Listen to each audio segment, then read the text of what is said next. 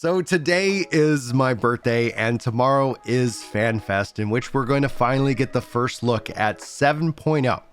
There's a lot that I want to talk about today, especially as I look and reflect on the next 10 years of Final Fantasy XIV. But let's kick this vlog off in style. Howdy, Chris, and what's up, workforce?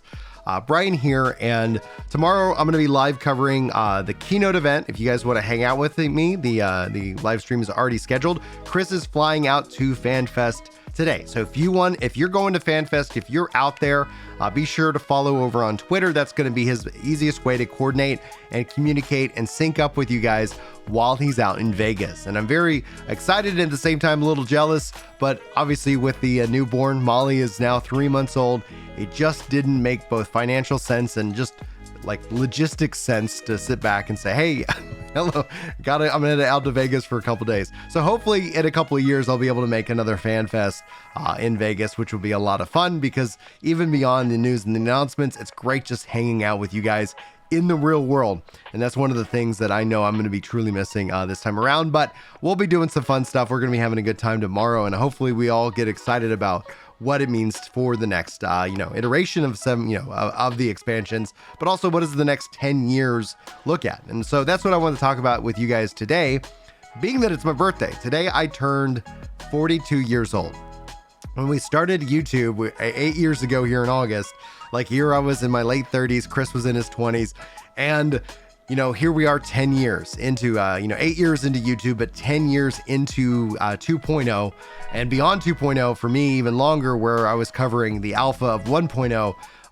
It's incredible how much time flies. And I think that's an interesting perspective that I have. And that's what I want to spend a little time today on, just in terms of what does it mean another 10 years for Final Fantasy XIV? Because in 10 years, just the life events that I'm going to experience are almost in a way guaranteed.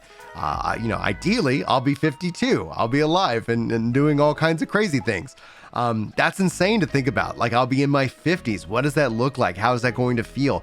How's my life going to feel? Because I've seen a couple people pop back up in the comments who really have never really actively followed or didn't watch my reasons for leaving Final Fantasy XIV back in October.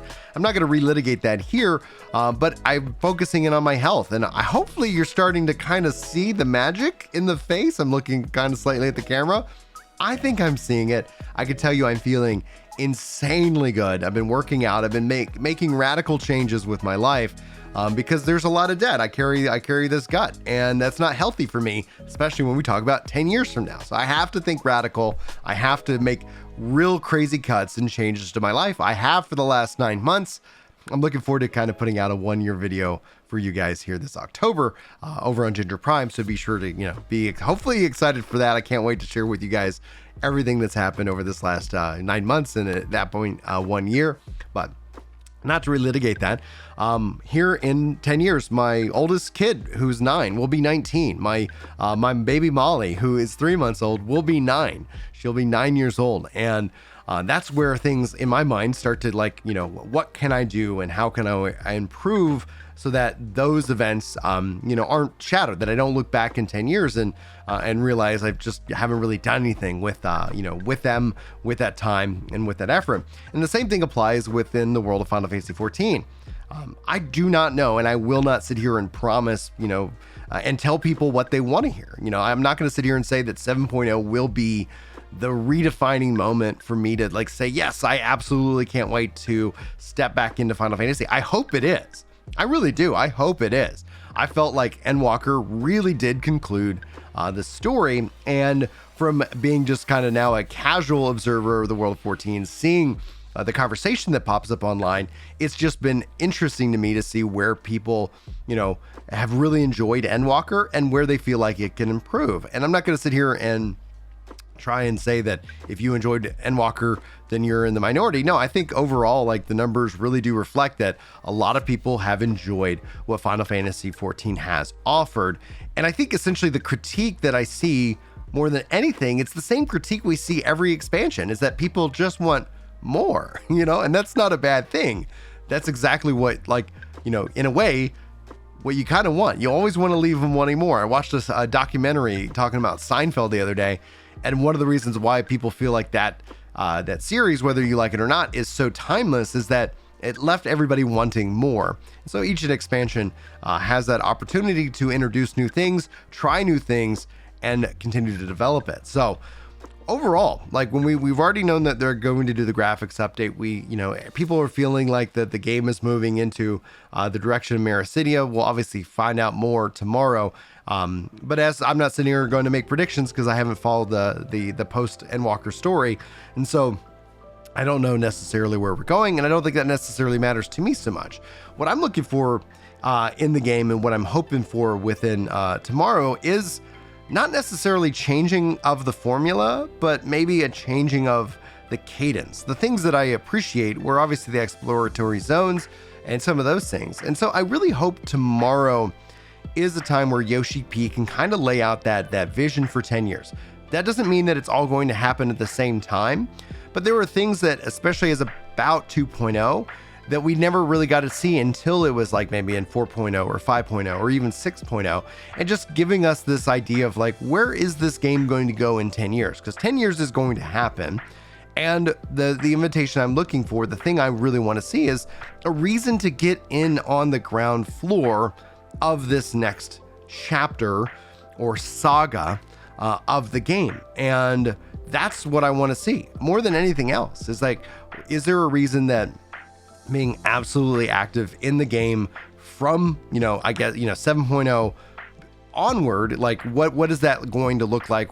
How is that going to be something that, where you don't reflect on it, you're saying, hey, well, why would I play 7.0 when I can just play 8.0 or 9.0? Now, you don't need to agree with me. This is, again, two things. Like, I'm not going to sit here and say, yes, I'm going to be there day one 7.0, or I'm going to come back tomorrow. No, like right now, like when I look at the like playing through Final Fantasy 16, like I guess that's really what I'm trying to say, is that the things that I see in 16, I would love to see in 14 to a degree. Obviously you can't port them 1-to-1, but I do have a sneaking suspicion that these things are connected in some way. I haven't yet to finish 16. We're not talking 16 spoilers, but I do feel like these systems, these games are connected, and you can feel it in their design.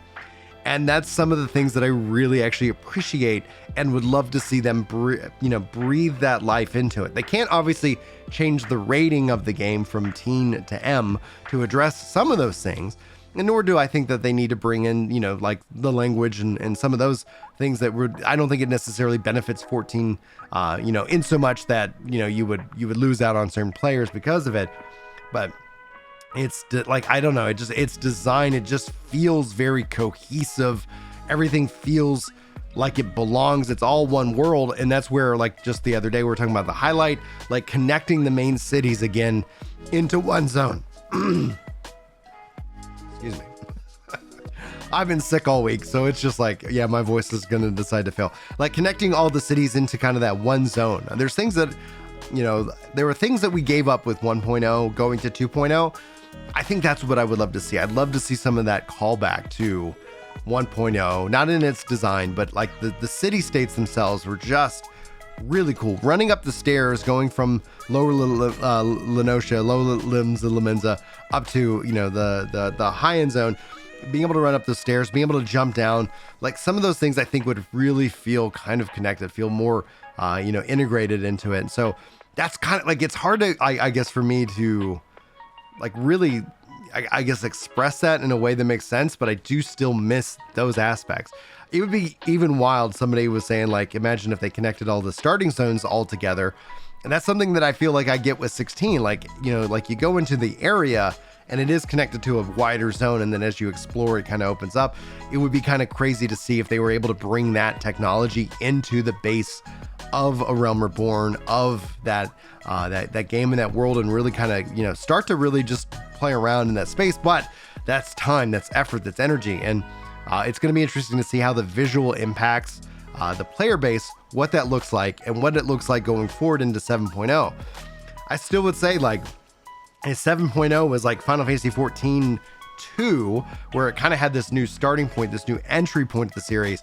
I wouldn't be opposed to it. I'd be very interested in having that conversation. And so I'm going to be looking forward to tomorrow. Like, what does it mean? What is 7 years? Not 7 years. What does 10 years really kind of feel like? Because this is what I think is the real starting point. A lot of people that I've seen frustrated at Endwalker, frustrated due to I think the impacts that the pandemic had on development, where a lot of that planning was happening during that time. Or here with Endwalker, we're post like this massive wave of, you know, players into Final Fantasy XIV.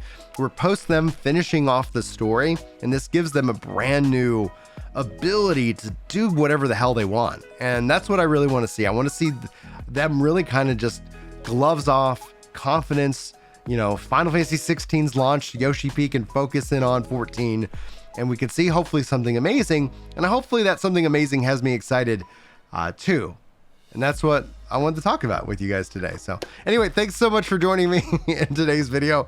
A lot of little random thoughts, and hopefully you guys will come hang out tomorrow. We have that live stream scheduled up, and it's going to be a fun time. And then Chris and I will do some collabs with him in Vegas. We'll figure out what that's going to look like for you guys over the course of the next couple days. So lots of more to come. So if you guys are new around here, like, sub, share, all that good stuff. And hopefully I'll see you in the next vlog. It won't be too much longer from now that we'll actually have some real information and real things to discuss. But yeah, I appreciate you hanging out with me today, and hopefully I'll see you in the next video. But until then, take care.